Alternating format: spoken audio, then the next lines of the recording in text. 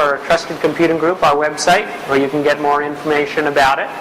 And I will say that we are adding a certification program coming up this next year, where you'll be able to go there to get a specific list of products that have been tested and certified as properly implementing the standards that enable you to have stronger security throughout. Right now, you can go there, you can get information, but there's no formal certification program in place whereby things are tested. Of course, that's true for all the IETF specs. IETF doesn't have certification, but we heard from people that certification was something they wanted, some assurance that the products properly implement the specs, so we've put that in place.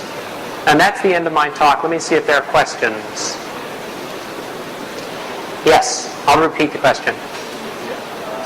One of the questions that we keep on encountering with a lot of CIOs about cloud computing is they perceive it as less secure than having it on their own server. What's your take on that? If you have to convince someone, no, it's at least equally secure than whatever you have already. So let me repeat the question. And now that we have, unless you want to repeat the question in brief. The mic isn't on yet. So the question was, how do we address CIOs' concerns that cloud computing may not be as secure as what they have today?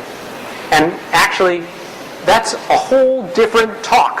And if you go to YouTube and you search for Steve Hanna Cloud Security, you can watch that talk.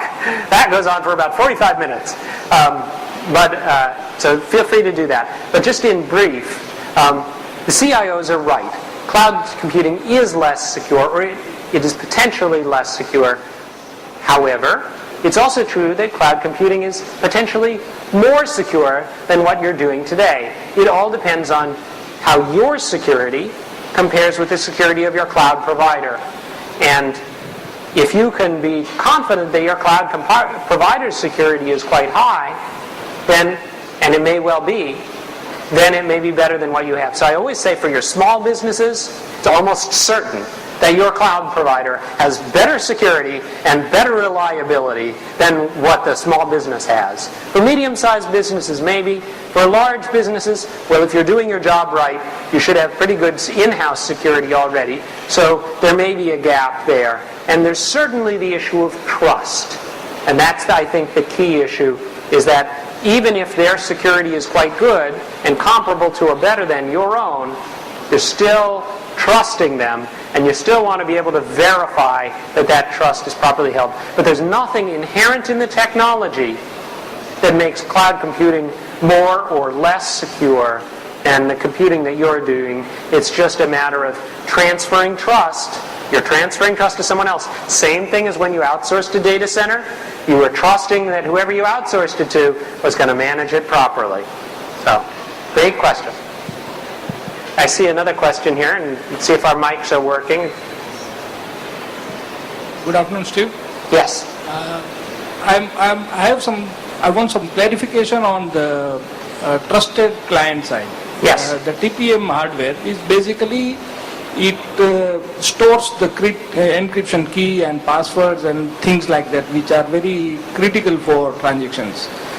I'd come across one news and probably an event by which some scientists have found that dynamic RAM, which stores the passwords and keys, actually even if you switch off the computer, it still does not lose the contents. You can still retrieve after 36 to 52 hours after switching off the computer. So what they've done, just to address this issue, what they've done, they've created a new flash ROM BIOS, which is actually takes out the synchronous RAM, SRAM, cache RAM out of the processor, and that is used for storing this vital information. So how does the TPM per se is actually different from this kind of activity which the scientists have done? Okay, so let me answer that question. And to answer that question, I think it's important to understand the difference between the TPM and the main memory of your computer.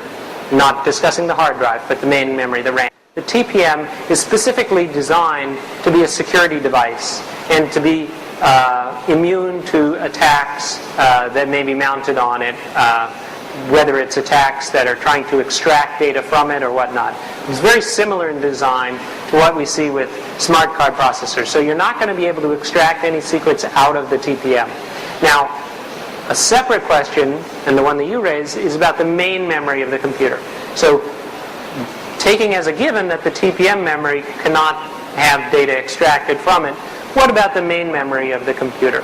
And the answer there is that it is possible, although very difficult, to extract information from the main memory of the computer. It's not something that your average attacker, hacker, guy that steals your laptop is going to be able to do.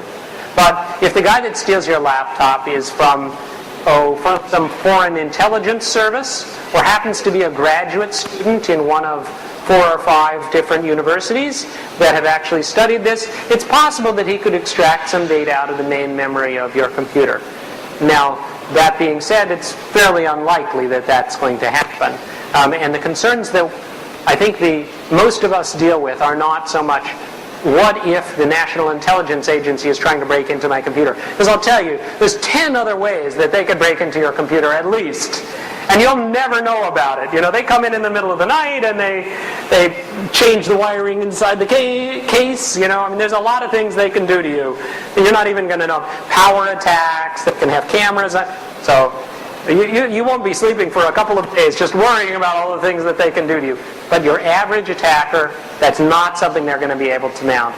The real things that you need to worry about in most corporate environments are what's the 95% case? What are the biggest problems I need to be worrying about? Number one, data that's on a laptop, unencrypted, and somebody's going to leave it in a taxi cab. That's a really big problem. Number two, somebody's machine gets infected, you don't know about it, and now all their passwords that they've been typing in and all the rest of that information, it falls into the wrong hands. Those are sort of top two. Oh, maybe you want to worry about your server-side security. Hopefully that's pretty good. But monitoring what's going on your network, those are your big concerns. I wouldn't lose too much sleep over somebody being able to get data out of your DRAM. I see that I'm out of time, so I'm going to thank you all for coming out. Do you have some closing words? Thank you, Steve. Thank you, Steve. We are certainly going to start encrypting our USB drives. Excellent. Drives. I'd like to present Steve with a token of appreciation. Okay. Thank you very much. Thank you. Please. Thanks. Please proceed for the other sessions. There will be a CIO boot camp happening in this very room in about 5 minutes, by invitation only for CIOs. Thank you.